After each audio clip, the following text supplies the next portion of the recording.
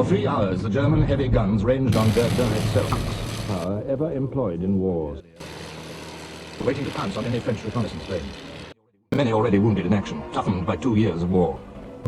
Men from Hesse, descendants of those who had fought as mercenaries against Napoleon and for him. Brandenburgers from Berlin, one of the elite units of the German army.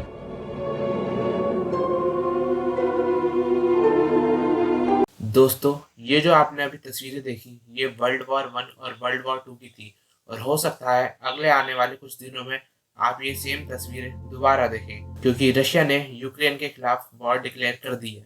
Hello everyone, welcome to the I talks. दोस्तों, जैसा कि आप जानते ही होंगे कि Russia Ukraine के बीच में पिछले काफी टाइम से वॉर का खतरा बना आ रहा है, क्योंकि यूक्रेन नेटो में जुड़ना चाहता है और रशिया चाहता है कि यूक्रेन नेटो का पार्ट ना बने। दोस्तों, अगर आप नहीं जानते कि नेटो मतलब क्या है, तो मैं आपको बता दूं कि नेटो मतलब नॉर्थ अटलांटिक ट्रीटी ऑर्गेनाइजेशन। दोस्तों, एक टोटल 30 कंट्रियों की ऑर्गेनाइजेशन है, यानी कि एक काउंसिल है 30 कंट्रियों की, जिसमें कि टोटल 27 यूरोपियन कंट्रीज है, 2 अमेरिकन कंट्रीज है और 1 यूरेशियन कंट्रीज है। तो यूक्रेन इसका पार्ट क्यों बनना चाहता है मैं बता दूं, क्योंकि नेटो की जो काउंसिल है उसका एक रूल है कि जो भी कंट्रीज नेटो का पार्ट बनेगी,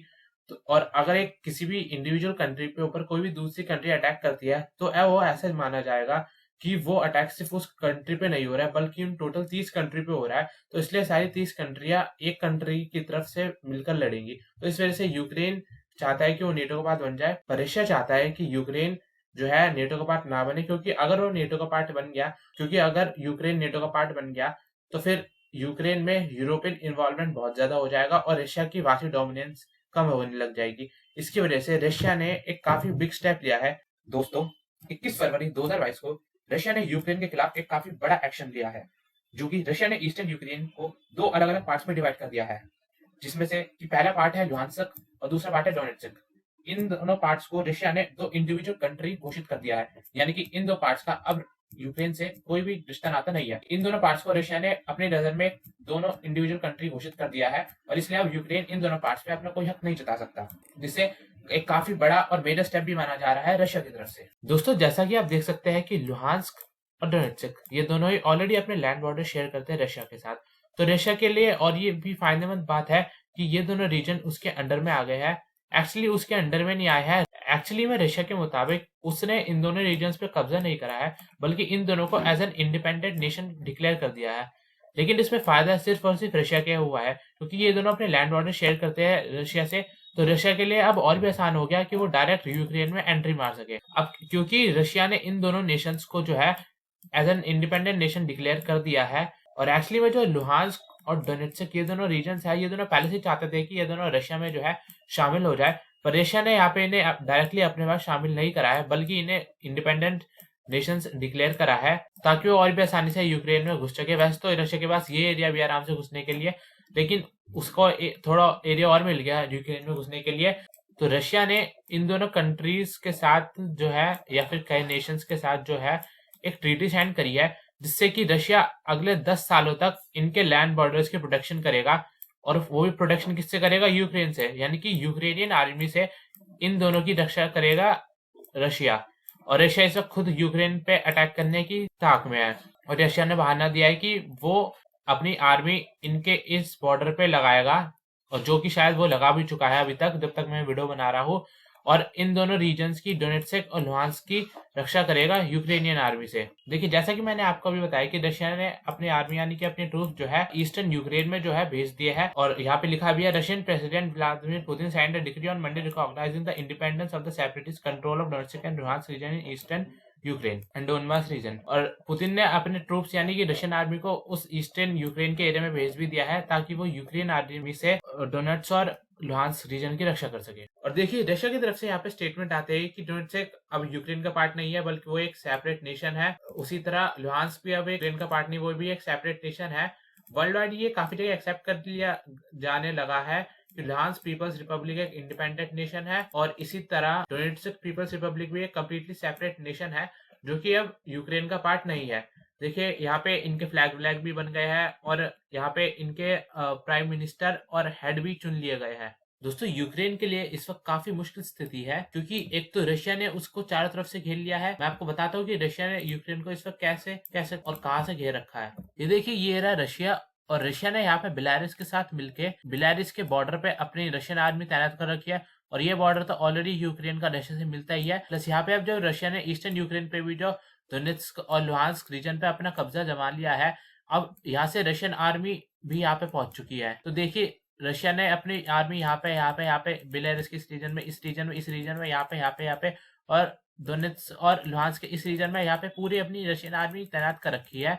यूक्रेन के बॉर्डर से। आप खुद ही सोच सकते हैं कि इस वक्त यूक्रेन के लिए कितनी मुश्किल स्थिति चल रही है, क्योंकि एक तो रशिया ने उसे यहाँ चारों तरफ से घेर लिया है, ऊपर से उसे हेल्प मिलने वाली थी अमेरिका की तरफ से जो कि अमेरिका ने इस वक्त रोक दी है। दोस्तों यहाँ पे यूनाइटेड स्टेट्स यानी कि अमेरिका ने भी बिल्कुल साफ साफ बता दिया है कि हम यूक्रेन की वजह से वर्ल्ड वॉर 3 स्टार्ट नहीं करेंगे, क्योंकि अगर अमेरिका और रूस की यहाँ पे लड़ाई हुई तो खाली वो अमेरिका और रूस की लड़ाई नहीं होगी, बल्कि इसके साथ साथ बाकी यूरोपियन कंट्रीज यानी कि Poland, Germany, Belgium, Netherlands, Denmark, Finland, ये सब मिल जाएंगे अमेरिका के साथ और यूक्रेन की तरफ से लड़ेंगी अगर अमेरिका वर्ल्ड वॉर 3 के लिए चालू हो गया। लेकिन अमेरिका ने फिलहाल इस सिचुएशन से बना कर दिया है कि हम वर्ल्ड वॉर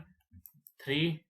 नहीं करेंगे, किसी भी वजह से, चाहे कुछ भी हम वर्ल्ड वॉर 3 नहीं करेंगे। और दोस्तों रशिया ने 25 जनवरी 2022 को जो है क्रीमिया में एक मिलिट्री ड्रिल्स भी करी थी। तो इसमें आपको बता दो कि क्रीमिया जो है वो एक रशिया का ही पार्ट है। एक्चुअली में क्रीमिया जो है वो शुरू से रशिया का पार्ट नहीं था, पर 2014 में रशिया ने फोर्सफुली, इसमें 2014 में रशिया ने जो है फोर्सफुली क्रीमिया को हटा लिया और अब क्रीमिया जो है रशिया का पार्ट है। और यूक्रेन को डराने के लिए 25 जनवरी 2022 को रशिया ने जो है क्रीमिया में एक मिलिट्री ड्रिल करी थी अपनी ताकत दिखाने के लिए। ये देखिए दोस्तों प्रेजेंट टाइम में रशिया ने यूक्रेन को इन जगह से घेर रखा है, जैसे कि मैंने आपको पहले बताया, इस पॉइंट पे, इस पॉइंट पे, इस पॉइंट पे, जो आपको रेड डॉट्स दिख रहा है, यह सब जगह रशियन आर्मी तैनात है और वो कभी भी यूक्रेन पे अटैक कर सकती है, यहाँ से भी, यहाँ से भी, यहाँ से भी। और देखिए रशियन मिलिट्री ने कैसे अपना जो है डर बना रखा है यूक्रेन में और बाकी गवर्नमेंट में कि हमने तुम्हें चारों तरफ से घेर रखा है। और दोस्तों ये कुछ सैटेलाइट इमेज है, जैसा कि आप देख सकते हो, ये सैटेलाइट से ली गई इमेज है जो कि यूक्रेन और रशिया के बॉर्डर के पास है। ये देखिए, ये रही रशियन आर्मी, ये रही रशियन आर्मी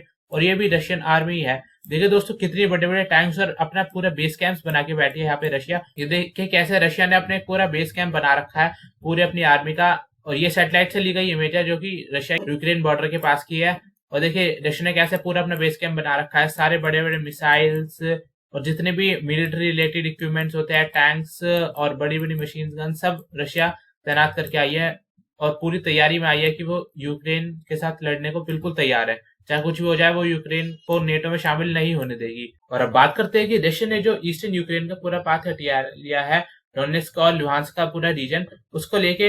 वर्ल्ड का क्या कहना है। देखिए यूक्रेन डिफेंस मिनिस्टर का तो यहाँ पे यही कहना है कि रशिया जो है फिर से यूएसएसआर बनाना चाहता है, यानी कि जो मैंने आपको अभी भी बताया कि 1922 से 1991 तक जो यूएसएसआर था, जो कि एक बेसिकली कम्युनिस्ट लोगों द्वारा चलाई गई काउंसिल थी, जिसमें कि यूक्रेन और रशिया भी इंडिविजुअल कंट्रीज नहीं थी, वो भी एक यूएसएसआर का पार्ट थी। रशिया उसे फिर से बनाना चाहता है, यूएसएसआर को फिर से रिवाइव करना चाहता है। दोस्तों अब अगर बात करें यूएसएसआर की, तो यूएसएसआर का जन्म हुआ था 1922 में और यूएसएसआर का वर्किंग एरा रहा था 1991 तक। अगर आप नहीं जानते यूएसएसआर क्या है, तो यूएसएसआर का मतलब था union of Soviet socialist republics. दोस्तों ये जो है एक कम्युनिस्ट पार्टी थी 1922 से 1991 तक, जिसकी नींव रखी थी व्लादिमीर लेनिन ने मॉस्को में। दरअसल व्लादिमीर लेनिन को एज अ पॉइजन भेजा गया था। दोस्तों दरअसल व्लादिमीर लेनिन खुद एक क्रिश्चियन थे, पर वो रशियन आइडियोलॉजी से बिल्कुल भी अपने आप को फैमिलियर नहीं चाहते थे। और वर्ल्ड वॉर 1 के दौरान दरअसल व्लादिमीर लेनिन जो है जर्मनी में रहते थे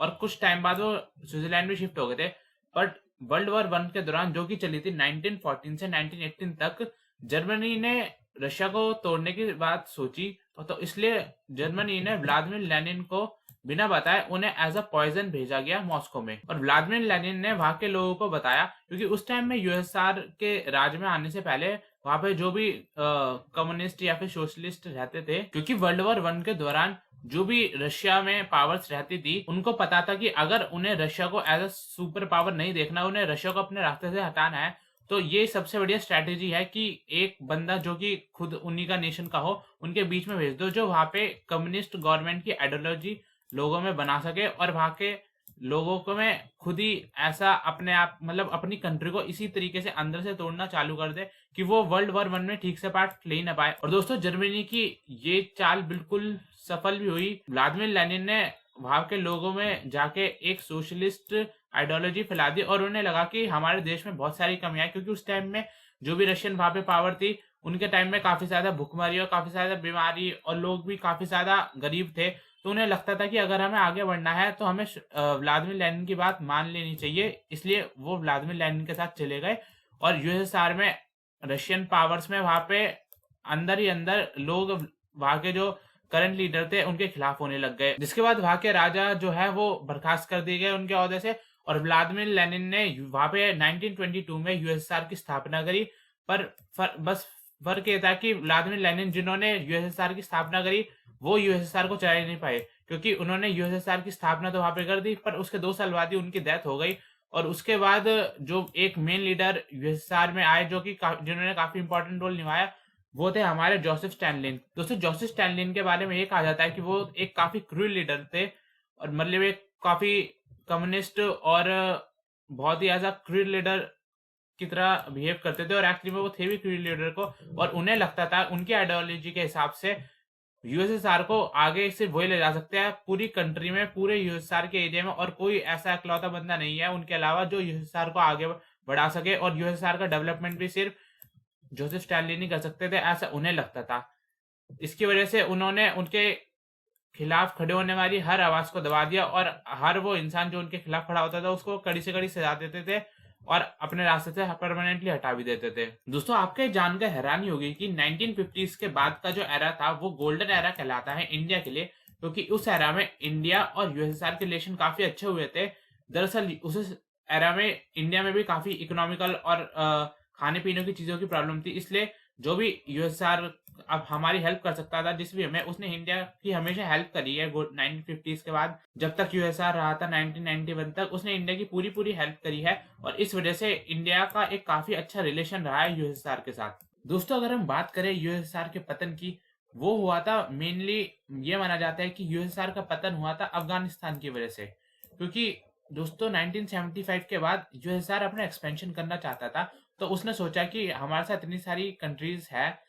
एक्चुअली में उस टाइम तो एक ही पार्ट ऐसा माना जाता था, एक ही नेशन है यूएसएसआर, तो उन्होंने सोचा कि क्यों ना हम अफगानिस्तान को भी अपने साथ कर ले और उस पर कब्जा कर ले। 1975 के बाद यूएसएसआर ने अफगानिस्तान में कदम रखने स्टार्ट करे, पर एक्चुअली उस वक्त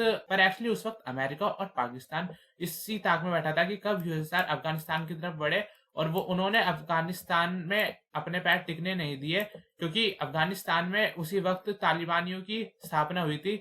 क्योंकि पाकिस्तान और अमेरिका ने मिलकर वहां पे तालिबान की स्थापना करी ताकि यूएसएसआर कभी भी कंट्रोल ना कर पाए अफगानिस्तान को। और यूएसएसआर की इसी नाकाम कोशिश ने, जो कि चली 10 साल तक, 1979 से लेकर 1989 तक यूएसएसआर कोशिश करता रहा कि वो अफगानिस्तान को कब्जे में ले ले, पर अल्टीमेटली वो अफगानिस्तान को कब्जे में नहीं ले पाया। और यूएसएसआर को इन 10 सालों में 1979 टू 1989 में बहुत बड़ा लॉस झेलना पड़ा, जिसकी वजह से उसने सोचा कि चलो अब हम वापस ही चले जाते हैं, अफगानिस्तान को बाद में कभी देख लेंगे। और इन 10 सालों में एक्चुअली में यूएसएसआर को लॉस काफी बड़ा हो गया था, फाइनेंशियली भी और इकोनॉमिकली भी, क्योंकि जो भी यूएसएसआर वहां पे अपने सोल्जर्स भेजता, तालिबानी जिनको फंडिंग मिल रही थी उस वक्त अमेरिका और पाकिस्तान की तरफ से, वो वहां पे आ जाते और हमेशा यूएसएसआर के सोल्जर्स को मार देते और मार के भगा देते। तो दोस्तों जैसा कि मैंने बताया कि इन 10 सालों में यूएसएसआर को इतना बड़ा लॉस झेलना पड़ा कि अगले इन 10 सालों के बाद 1990 से 1991 तक इन 2 सालों में ही, मात्र इन 2 सालों में ही यूएसएसआर की टूटने की प्रक्रिया स्टार्ट हो गई और यूएसएसआर धीरे धीरे करके अलग अलग कंट्रीज में टूटने लग गया। दोस्तों करंट टाइम की बात करें तो आज के टाइम की Latvia, Lithuania, Belarus, Moldova, Ukraine, Georgia, Armenia, Azerbaijan, Uzbekistan, बहुत सारी कंट्रीज उस टाइम में जो यूएसएसआर का पार्ट हुआ करती थी, और यूएसएसआर उस टाइम में टोटल 15 कंट्री, आज के टाइम की 15 कंट्रीज में टूटा था, इंक्लूडिंग रशिया, जो कि आज के टाइम की सबसे बड़ी कंट्री है इन एरिया वाइज।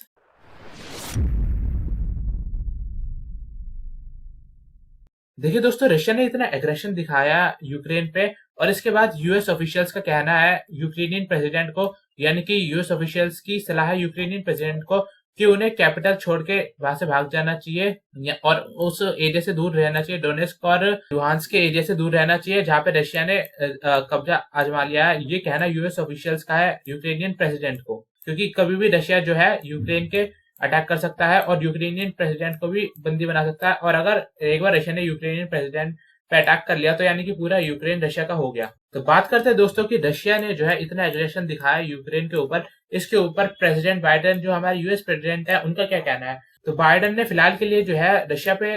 और रशियन बैंक्स पे और वहां के कुछ जो इलाइट्स यानी कि बहुत अमीर और कुछ वीआईपीज जो लोगों है उन पे सैंक्शन लगा दिए है कि रशिया ने जो फोर्सफुली यूक्रेन पे जो इन्वेजन कराया यानी फोर्सफुली यूक्रेन में घुस पे उसकी जमीन पे कब्जा कराया, उसे कहते हैं इन्वेजन, जो कि बिल्कुल भी सही नहीं है। तो इसलिए बाइडेन ने जो है रशिया पे सैंक्शन लगा दिया है और वहां के रशियन बैंक्स और कुछ इलाइट्स लोगों पे भी सैंक्शन लगा दिया है। पर फिलहाल के लिए रशिया के लिए इन सैंक्शन से कोई फर्क नहीं पड़ता,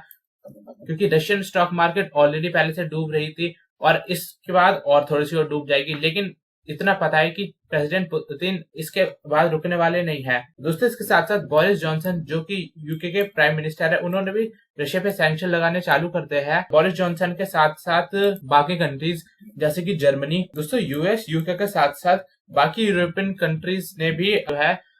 अपने रिलेशन थोड़े से दूर करने स्टार्ट कर दिए हैं फिलहाल के लिए। तो दोस्तों यूएस यूके के साथ साथ बाकी यूरोपियन कंट्रीज ने भी जो है थोड़ा फासला बनाना चालू कर दिया है रशिया के साथ, और जर्मनी ने भी अपनी जो गैस पाइपलाइन की डील थी उसको फिलहाल के लिए फ्रीज कर दिया है रशिया के साथ। रशिया का जो प्रोजेक्ट होना था जर्मनी के साथ गैस पाइपलाइन का, उसको भी थोड़ी देर के लिए होल्ड पे रख दिया है और जर्मनी का भी ये बर्ताव एज सैंक्शन ही प्रतीत होता है रशिया के ऊपर। दोस्तों रशिया यूक्रेन वॉर में इंडिया का भी एक काफी इंपॉर्टेंट रोल है, क्योंकि हो सकता है अब इंडिया को अमेरिका और रशिया के बीच में कोई एक चुनना पड़े। इंडिया के लिए एक बहुत ही पेचीदा मामला है, क्योंकि रशिया और अमेरिका दोनों ही इंडिया के काफी अच्छे पुराने दोस्त रहे हैं। रशिया सालों से हमारा भरोसेमंद दोस्त रहा है और सालों से हमारे रशिया के साथ ट्रेड चल रहा है, और आज भी हम काफी सारे अपने मिलिट्री वेपन्स रशिया से इंपोर्ट कराते हैं। और हाल फिलहाल में ही हमने कुछ वेपन्स अमेरिका से भी खरीदने स्टार्ट करे हैं, और अमेरिका भी सालों से इंडिया का अच्छा दोस्त रहा है। और अभी अभी खबर आ रही है कि हो सकता है हमारे प्रधानमंत्री पीएम मोदी भी व्लादिमीर पुतिन जो कि रशिया के प्रेसिडेंट है उनसे बात करें इस वॉर पे, और हो सकता है कि व्लादिमीर पुतिन इस वॉर को रोक दे और एक शांतिपूर्वक तरीके से इसको आगे बढ़ाए। इतना पता है कि इंडिया को भी इस वॉर से काफी नुकसान हुआ है। इंडियन स्टॉक मार्केट भी काफी क्रैश होने की कगार पे आ गई है, क्योंकि पिछले 4-5 दिनों से ही इंडियन स्टॉक मार्केट में लगातार भारी गिरावट दर्ज की जा रही है, और एशिया की स्टॉक मार्केट तो क्रैश कर ही चुकी है और डॉलर के मुकाबले इंडियन रूपी भी गिर चुका है।